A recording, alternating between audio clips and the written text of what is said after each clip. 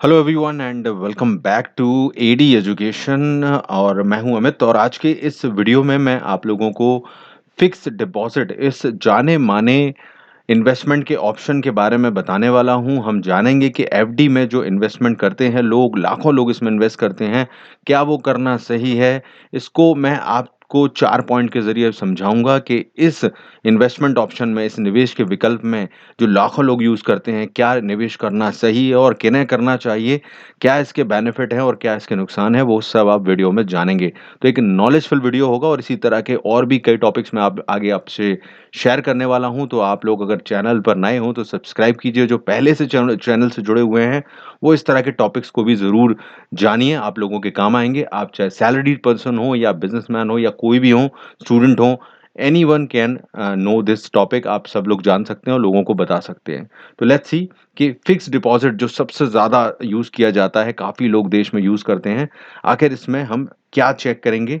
तो हम देखिए, सबसे पहले फिक्स्ड डिपॉज़िट की बात करें तो फिक्स्ड डिपॉज़िट एक ऐसा साधन है निवेश का, आप जानते हैं कि जहाँ पर आप अलग-अलग तरीकों से निवेश करते हैं। जैसे आपको पता ही है, कुछ लोग किसी और जगह निवेश करते हैं, अलग-अलग फैक्टर्स में करते हैं। तो एफडी, बैंक की एफडी सभी लोगों को पता होती है, इवन जो रूरल बैकग्राउंड से होते हैं, गाँव में रहते हैं, वो भी जानते हैं कि एफडी में पैसा डालना है और इस तरह से हम एफडी करा सकते हैं।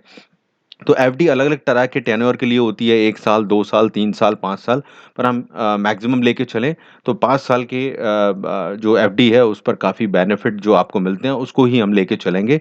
बाकी इन्वेस्टमेंट के टाइम के हिसाब से आपको जो रेट है, इंटरेस्ट मिलता है और जो फ़ायदे हैं वो अलग-अलग रहते हैं, लेकिन 5 साल की एफडी में आपको ज़्यादा फ़ायदे रहते हैं, तो हम उसको लेकर चलेंगे। बाकी आप समय के अनुसार इस चीज़ को समझ सकते हैं। तो 4 पॉइंट के अंदर मैं एफडी को समझाऊँगा। किसी भी इन्वेस्टमेंट में इन चारों का बड़ा रोल रहता है, तो इसी को आधार लेकर चलना चाहिए हर इंसान को जो निवेश करने जा रहा है। तो पहली चीज़ है यहाँ पर रिस्क, कि कितना रिस्क है इन्वेस्टमेंट करने में। दूसरी चीज़ है लिक्विडिटी, यानी कि आप कभी भी पैसा निकाल सकते हैं या नहीं निकाल सकते, या उसका क्या फिक्स टाइम रहता है, आपका पैसा लॉक हो जाता है, उस तक आप यूज़ नहीं कर सकते। तो ये सारी चीज़ें कंसिडर करना ज़रूरी है। उसके अलावा एक और इम्पोर्टेंट पॉइंट है टैक्स बेनिफिट, टैक्स का फ़ायदा मिल रहा है या किसी तरह का टैक्सेशन में कुछ हेल्प है, या फिर और लास्ट सबसे इम्पोर्टेंट चीज़ है रिटर्न्स, यानी कि आपको इन्वेस्ट करने के बाद कितना फ़ायदा मिल रहा है, कितना पैसा आपका बढ़ रहा है। क्या वो बढ़ रहा है तो जो आपको इन्फ्लेशन है, यानी कि जो महँगाई है उसको बीट कर पा रहा है, उसको ओवरकम कर पा रहा है? अगर नहीं कर पा रहा है तो उसका क्या सिचुएशन है वो हम जानेंगे। तो सबसे पहले मैं आपको बताऊँ एफडी को लेकर, फिक्स्ड डिपॉज़िट को लेकर, यहाँ पर रिस्क फैक्टर की हम बात करते हैं, तो रिस्क जो है वो एफडीज़ में, यानी कि फिक्स्ड डिपॉज़िट में सबसे लो होता है, हम ये कहें, क्योंकि यहाँ आपका जो पैसा है वो बैंक में एफडीज़ के रूप में जाता है और इस पैसे को कहीं भी ऐसी जगह इन्वेस्ट नहीं किया जाता फाइनेंशियल इंस्टीट्यूशंस के द्वारा, बैंक के द्वारा, जहाँ पर रिस्क फैक्टर हो। जैसे कई म्यूचुअल फंड रहते हैं या कोई और स्कीम्स रहती हैं, उनमें आपके पैसे को, कुछ पोर्शंस को या पूरे पैसे को किसी ऐसी जगह लगाया जाता है जहाँ रिस्क रहता है, जैसे कि शेयर या स्टॉक, कई जगहों पर। तो ऐसे साधनों में रिस्क तो ज़्यादा रहता है, लेकिन रिटर्न के भी चांसेस ज़्यादा रहते हैं। लेकिन यहाँ मैं एफडी की बात करूँ तो यहाँ ऐसा कोई रिस्क नहीं है, आपका पैसा एकदम सेफ रहता है। सिंपल तरीके से आप पैसा किसी समय अवधि के लिए बैंक में डिपॉज़िट करते हैं और उसके बाद आपको इंटरेस्ट के साथ में वो पैसा वापस मिल जाता है। तो ये एक सिंपल रिस्क फैक्टर इसमें सबसे लो है, जो सबसे ज़्यादा लोगों को अट्रैक्ट करता है। जो लोग यहाँ पर इन्वेस्ट करते हैं, सब यही चाहते हैं कि सेफ़ली हमारा पैसा इन्वेस्ट हो और हमें एक बेनिफिट के साथ वो मिल जाए, कुछ फ़ायदे के साथ मिल जाए, राइट? अब दूसरी चीज़ है लिक्विडिटी। दूसरी चीज़ लिक्विडिटी में हम देखें कि क्या आप एफडी में पैसे को कभी भी जमा कर सकते हो, कभी निकाल सकते हो? यस। एफडी में आपको बहुत सी सुविधा रहती हैं, जब आप ज़रूरत पड़ने पर एफडी तोड़ सकते हो, या जिसे कहा जाता है साधारण भाषा में, या उसमें पैसा जमा कर सकते हो या निकाल सकते हो, और बड़ी आसानी से ये चीज़ की जा सकती है।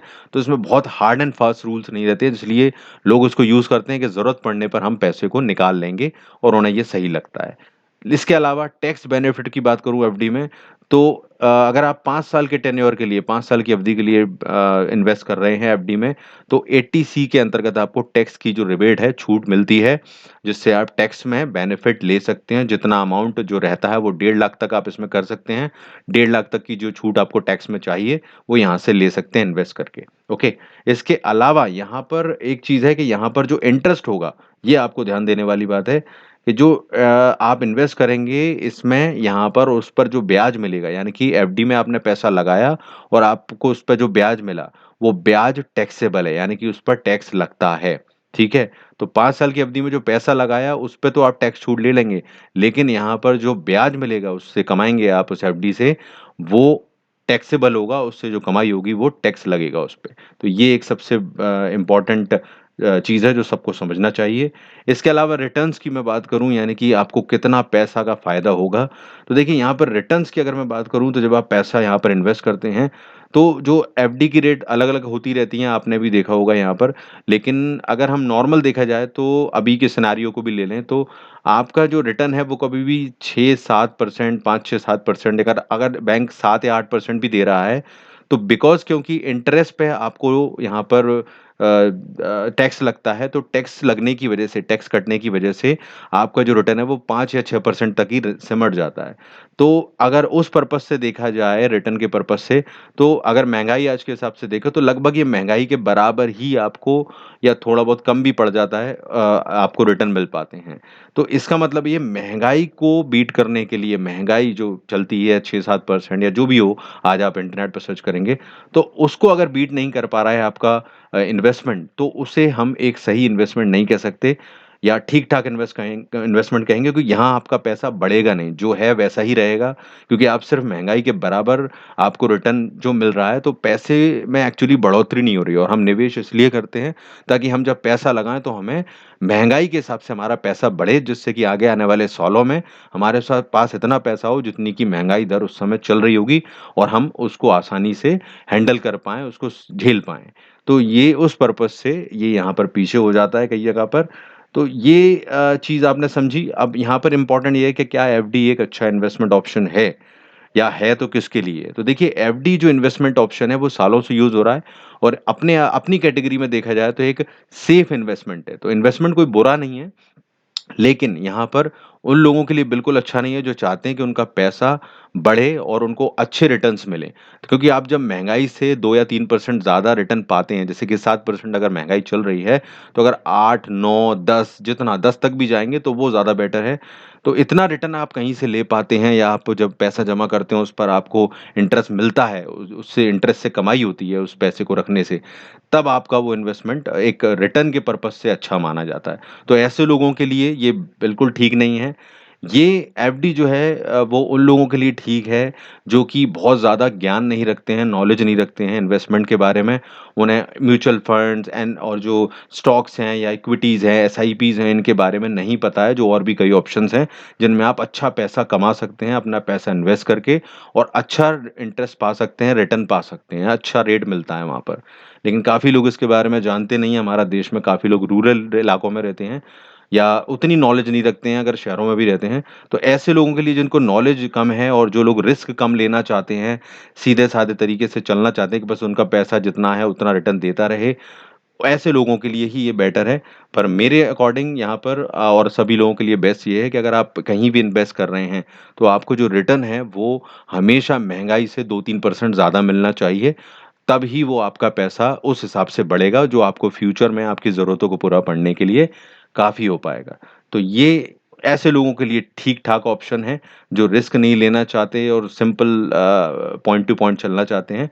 बाकी इसके अलावा बेस्ट ऑप्शंस और भी हैं जिनमें अच्छा रिटर्न कमा सकते हैं, टैक्स के भी बेनिफिट ले सकते हैं आप। So it's simple investment option, not a perfect और बेस्ट ऑप्शन। ये एक बेस्ट ऑप्शन नहीं कह सकते इसको। तो ये मेरी राय है इसके बारे में। सो आगे आप जब भी इन्वेस्ट करें तो किस कैटेगरी में हैं आप उस हिसाब से ध्यान रख के कीजिएगा। मैं और भी कई ऑप्शंस बताऊँगा आगे चल के वीडियोज़ में, जिससे कि आप लोग जान सकें और कैसे आप अच्छे रिटर्न ले सकते हैं अपने इन्वेस्टमेंट पे ज़्यादा से ज़्यादा, जिससे कि आपका पैसा बढ़े और आप लोग फ्यूचर की रिक्वायरमेंट्स को पूरा कर पाएँ और अपने ड्रीम्स को पूरा कर पाएँ। सो हम लोग आगे आने वाली वीडियो सीरीज़ में ये देखेंगे। सो फिलहाल इस वीडियो को लाइक शेयर कीजिए अगर आपको अच्छा लगा हो, चैनल को सब्सक्राइब कीजिए। मैं और भी इसी तरह के वीडियोज़ आप लोगों से शेयर करूँगा ताकि आपको और भी नॉलेज मिले। So फिलहाल like, share and subscribe this channel. Press the bell icon for updates. Thank you very much.